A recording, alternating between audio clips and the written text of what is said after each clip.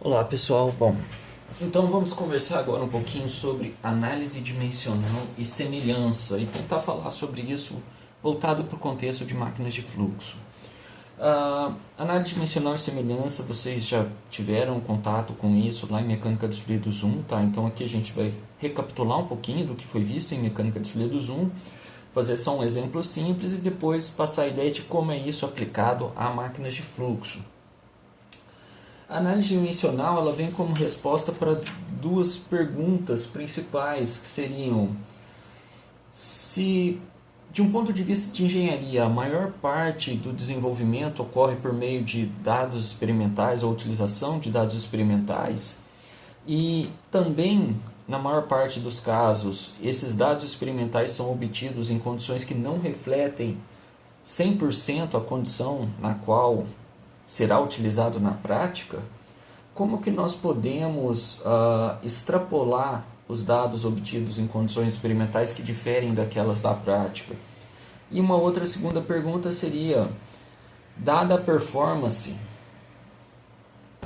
de um sistema como função de n variáveis, ou n parâmetros variáveis dimensionais, como que nós poderíamos fazer para conseguir reduzir o número de parâmetros os quais seriam responsáveis pela performance desse sistema, de tal maneira a conseguir um número menor de experimentos.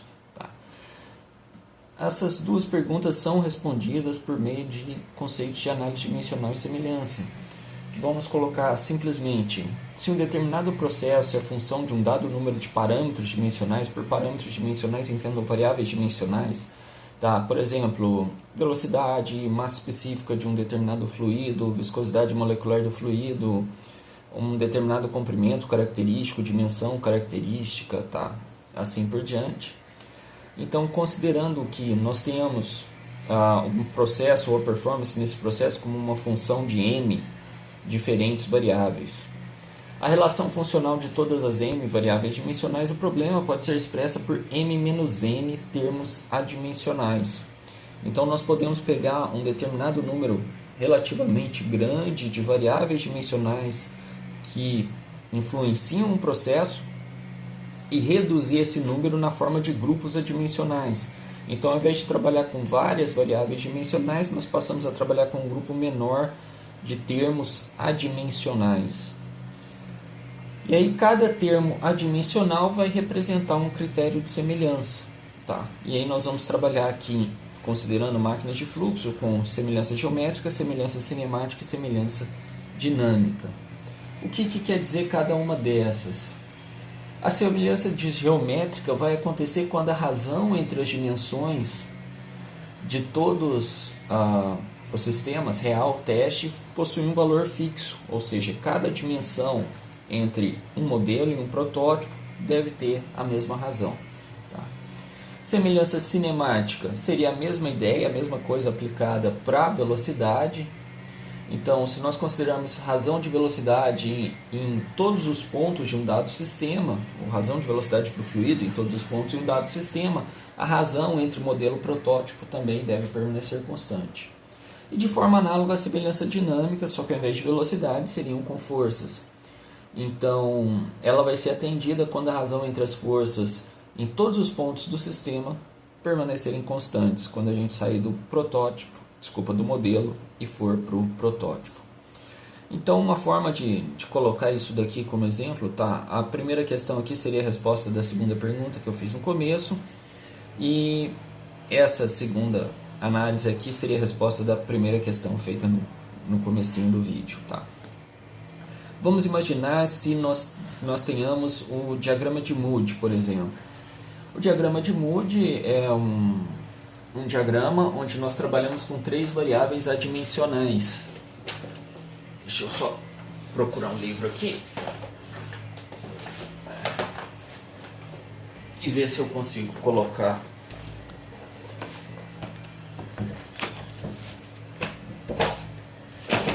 no...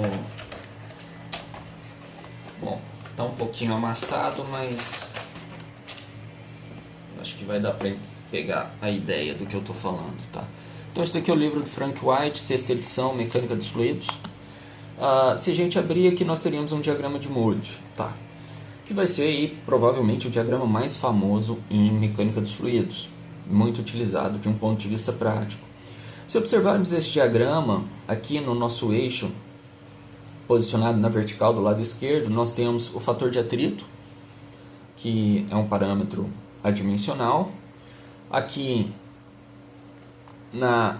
no nosso eixo inferior nós vamos ter número de Reynolds, outro parâmetro adimensional, aqui na horizontal, né? E na vertical do lado esquerdo, rugosidade relativa. Então, como que esse gráfico é construído, como esse diagrama é construído? Tá? Para um dado número de Reynolds, considerando uma determinada rugosidade relativa, nós vamos levantando o fator de atrito. Tá? À medida que se varia a rugosidade relativa, vai se construindo a variação desse fator de atrito. Então, nós temos aqui basicamente três grupos adimensionais, ou três parâmetros adimensionais, que são capazes de representar o problema da perda de carga no escoamento ao longo de uma tubulação. Se nós não estivéssemos utilizando aqui grupos adimensionais, estivéssemos trabalhando com variáveis independentes, nós sairíamos desses três parâmetros, iríamos para quatro parâmetros que apareceriam aqui no número de Reynolds, se eu for pensar em viscosidade molecular ao invés de viscosidade cinemática, tá? Então teríamos velocidade característica, diâmetro de tubulação característico, viscosidade molecular do fluido, massa específica do fluido, mais outros dois parâmetros aqui, rugosidade do tubo, tá? Em função do diâmetro, que seria uma rugosidade equivalente. Então isso e a própria queda de pressão, né? Nós sairíamos aqui basicamente de 3 grupos para 6 grupos adimensionais. Tá? Consequentemente, para montar um diagrama desse tipo, seriam necessários uma gama de experimentos muito maior, cada um variando uma das propriedades. E às vezes é algo muito difícil, por exemplo, como que na prática, de um ponto de vista experimental, você vai manter a massa específica constante e variar apenas a viscosidade molecular de um determinado fluido. E depois como você vai manter a viscosidade molecular daquele fluido e causar uma variação única da massa específica. E assim por diante. Então são combinações que às vezes são difíceis de serem obtidas, mas que a análise dimensional nos provê uma forma diferente de abordar esse problema. Bom, então, dentro da análise dimensional, nos é garantido que, se a semelhança geométrica, a semelhança cinemática e a semelhança dinâmica forem mantidas, eu posso extrapolar aquilo obtido, eu posso transportar o que foi obtido para um dado modelo, para um determinado protótipo, ou seja, eu consigo prever a performance de um determinado dispositivo, um determinado equipamento, um dado sistema aplicado em engenharia. Daí a questão que surge é como que eu faço para garantir que essas três formas de semelhança são mantidas. Isso vai acontecer quando os grupos adimensionais permanecerem constantes. Tá? Ou seja, os m-n termos adimensionais forem mantidos constantes. Para falar um pouco mais sobre isso, ficar um pouco mais claro, tá, a aplicação, fazer um exemplo, de novo, é um exemplo relativamente simples, mas a ideia aqui é só mostrar a aplicação para depois a gente poder extrapolar isso para máquinas de fluxo.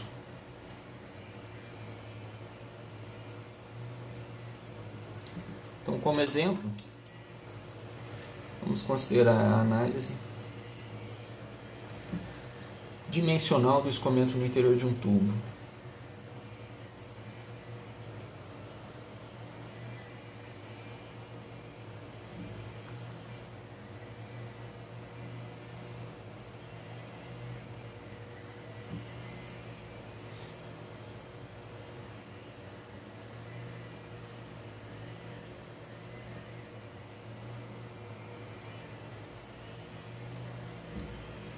Então, o nosso problema básico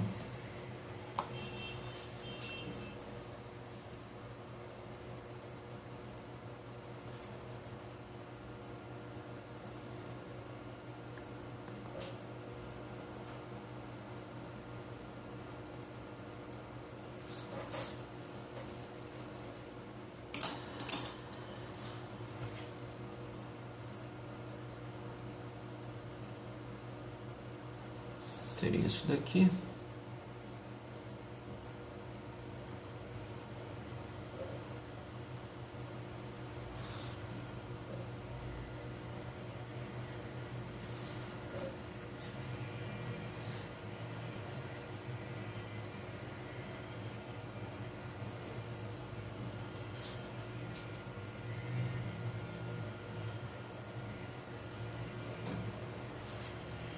Temos um determinado tubo de comprimento total L.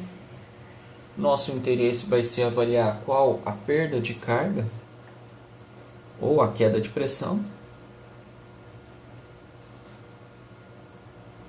para um escoamento no interior desse tubo, onde esse tubo possui um diâmetro interno D e o escoamento possui uma velocidade característica. E aí a velocidade característica, nesse caso, nós podemos pensar como sendo uma velocidade média. Então, esse é o probleminha para fazer uma análise dimensional. Tá? Com base nisso, a primeira coisa que nós vamos fazer sempre, toda vez que formos iniciar uma análise dimensional, vai ser elencar todas as variáveis de interesse.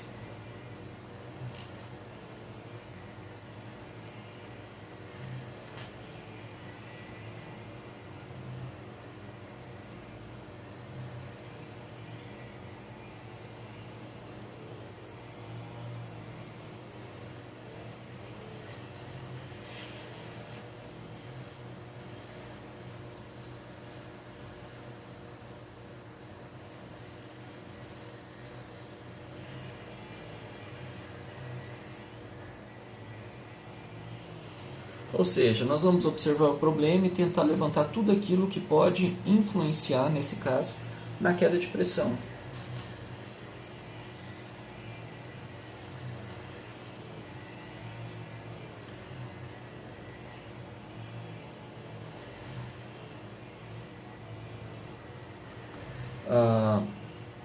Nós podemos ressaltar aqui o diâmetro da tubulação, ou seja, se eu tenho um escoamento em uma determinada tubulação, se eu mantenho a minha vazão volumétrica ou meu fluxo máximo e provoco uma alteração no diâmetro dessa tubulação, é esperado que ocorra uma alteração na queda de pressão.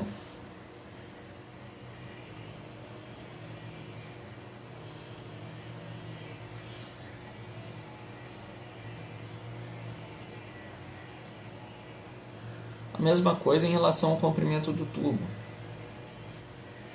Veja, se eu não estou colocando a perda de carga por unidade de comprimento do tubo, ela vai depender do comprimento total.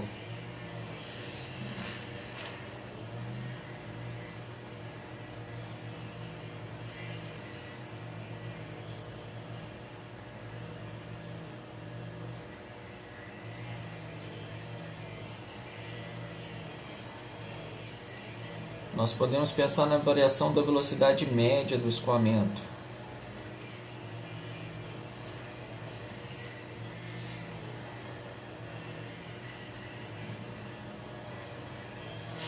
No tipo de fluido que está sendo transportado no interior do tubo.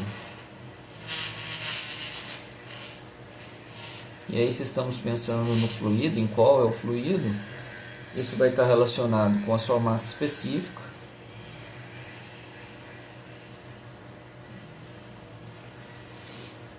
e com a viscosidade molecular.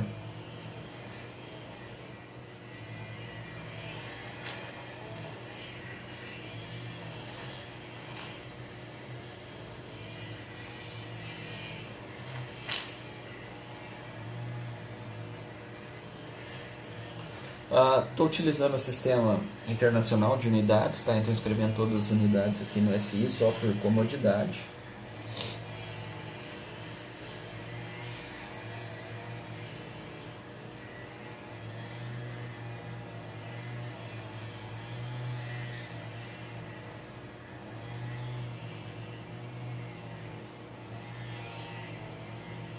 A rugosidade da parede do tubo.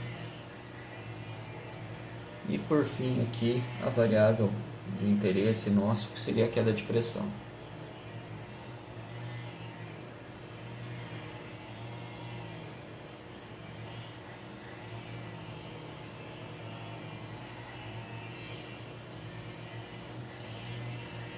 Bom, a primeira dúvida que pode surgir é: e se eu esquecer de alguma dessas variáveis dimensionais na hora que eu estiver elaborando a análise dimensional, tá? Por exemplo, imagina aqui que nós tivéssemos esquecido de computar a rugosidade da parede do tubo. O que aconteceria? Bom, a nossa análise dimensional englobaria os outros fatores, à exceção da rugosidade. Então, na análise final, a rugosidade não estaria previsto e eu não conseguiria inferir nada sobre a importância da rugosidade no problema. Tá? Ela simplesmente seria excluída da análise. Ou seja, nesse caso específico aqui, nós faríamos uma análise que seria válida no caso do escoamento laminar. No entanto, ela não teria validade no caso do escoamento turbulento, a não ser para aquela rugosidade onde os testes foram elaborados, vamos falar assim. Tá? Eu não conseguiria pegar outro efeito, outra variação de rugosidade.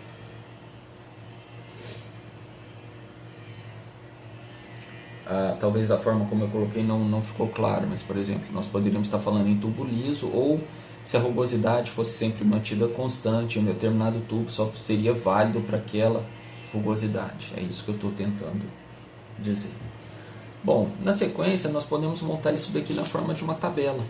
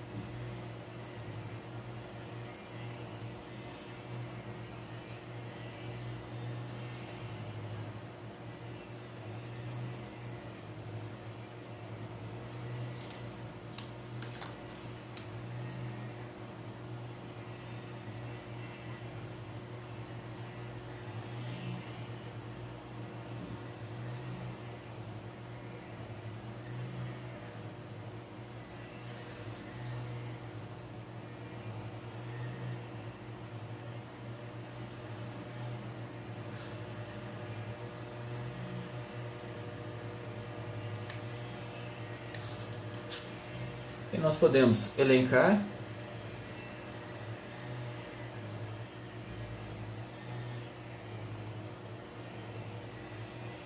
todas essas variáveis dimensionais, tá? Vamos enumerá-las.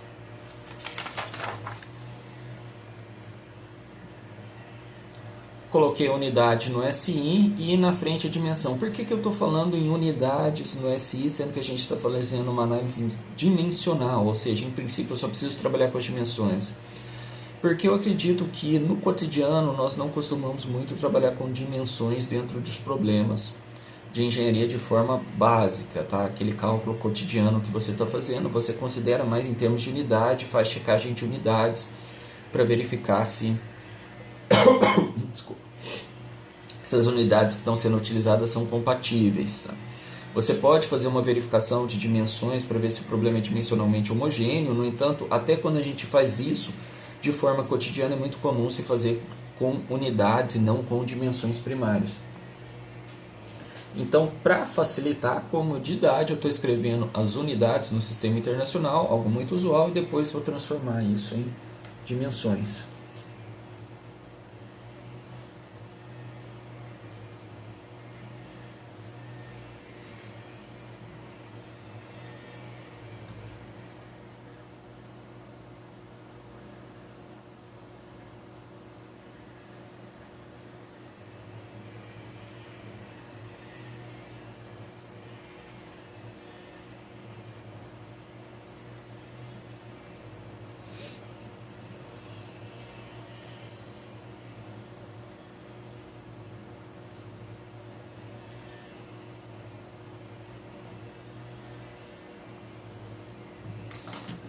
Então, seriam 7 variáveis dimensionais identificadas, tá? As unidades no sistema SI para todas elas, e depois relacionando isso com dimensão. Então, dimensão quilograma, melhor dizendo, quilograma é uma unidade de massa, então seria uma dimensão de massa que multiplica metro, unidade de comprimento, elevado a menos 3.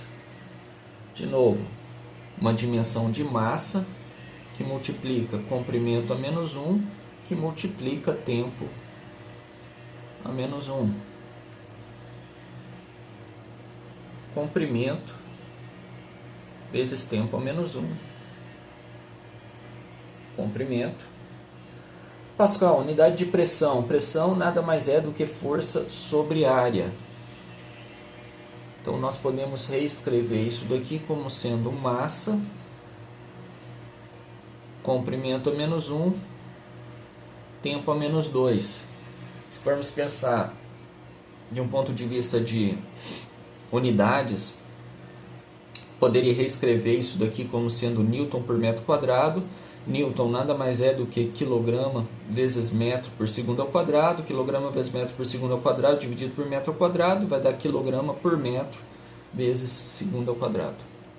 ml é menos 1, t menos 2. Comprimento e comprimento.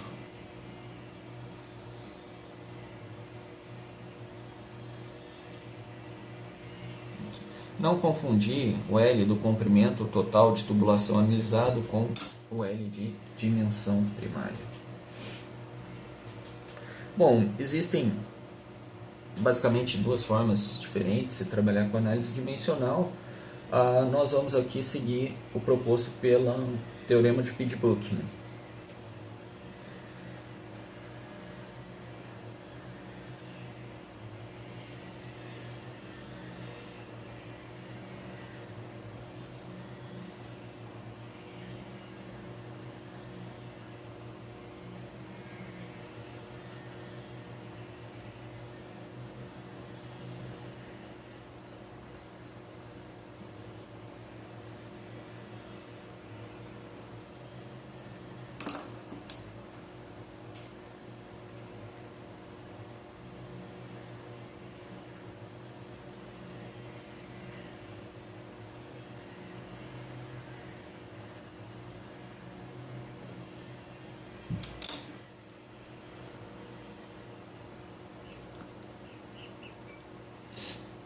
O que o teorema Pi nos diz?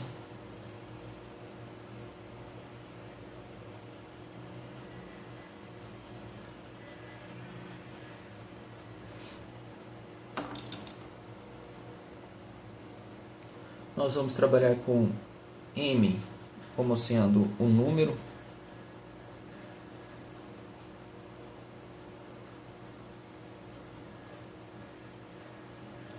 de variáveis dimensionais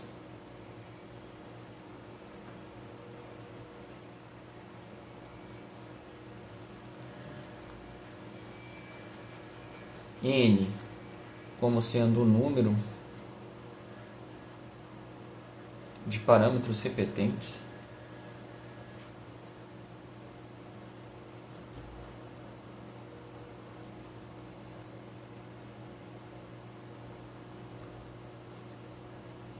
e R o número de dimensões primárias.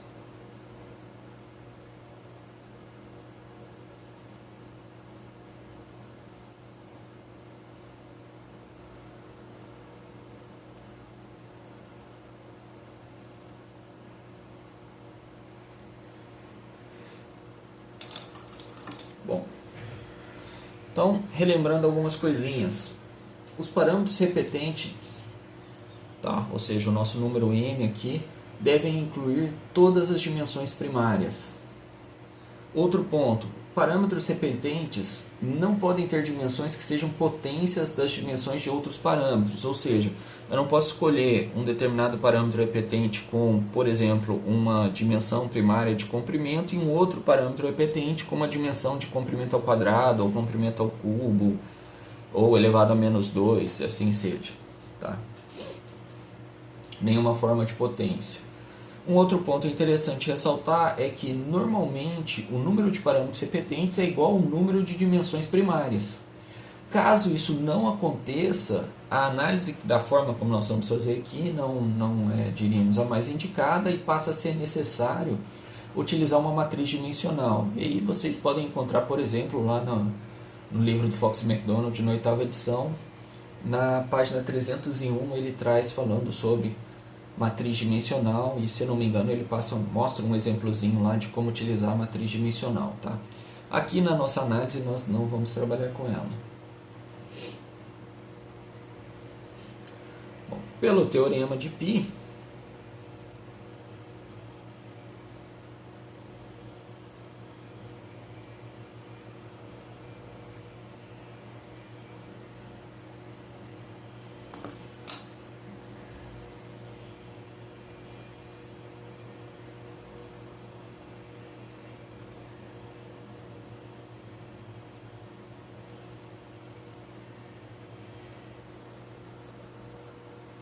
nós vamos ter m-n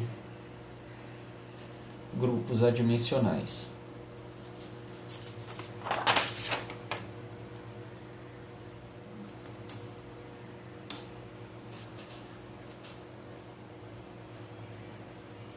Então, fazendo um exemplo para tentar deixar claro,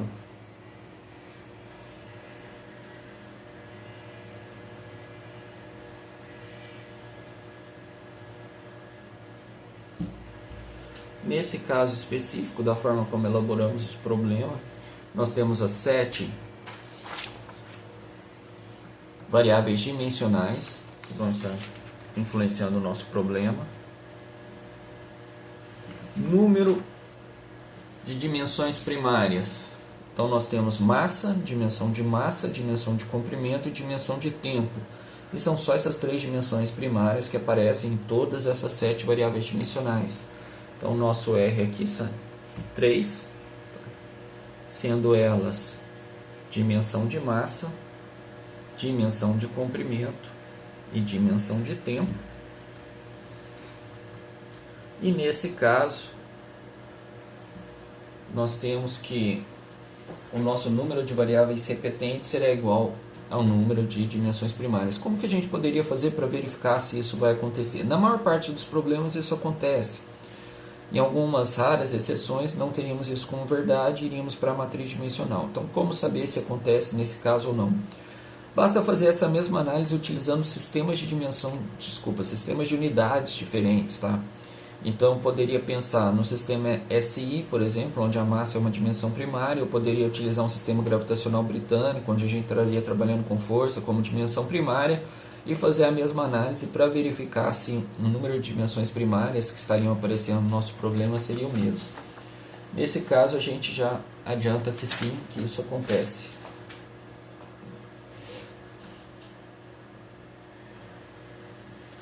Então, nós vamos ter m-n grupos adimensionais, tá? Ou seja, 7 menos 3 igual a 4.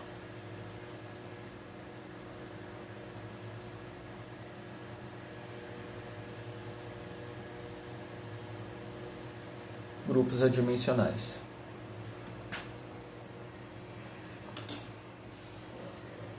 Nesse momento é interessante escolher as variáveis que nós vamos utilizar como parâmetros repetentes.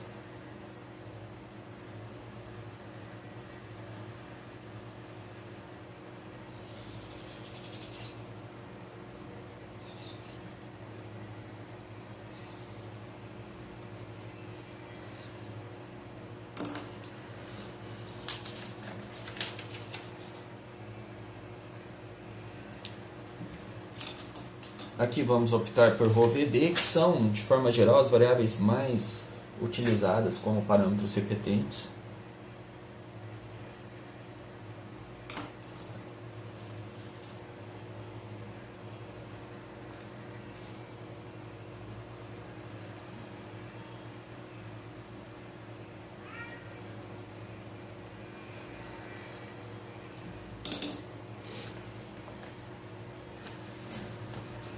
E aí, nós vamos ter 4 grupos adimensionais, ou seja, 4 grupos π.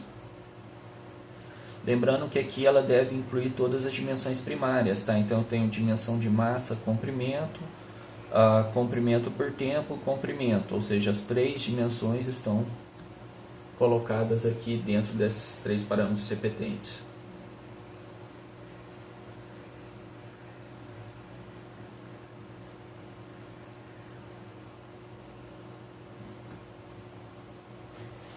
Vou só dar uma olhada no tempo de vídeo para não ficar muito longo. Bom, nós estamos com 30 minutos. Eu vou só montar os grupos pi nesse tempo para não ficar um vídeo muito longo também na hora de carregar, tá? Então nós vamos ter 4 grupos pi.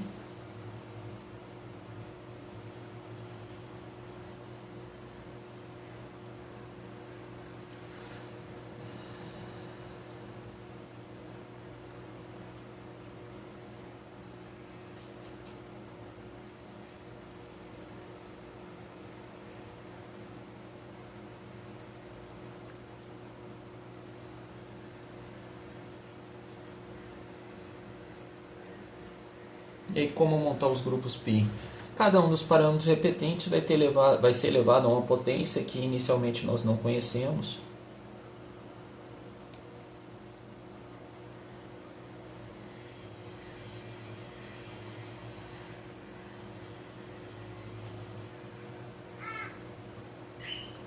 Então, colocando aqui, nós teríamos potências vindo de A até L, tá? ABC, grupo π1, DEF, grupo π2, GHI, grupo π3, J, K e L para o grupo π4.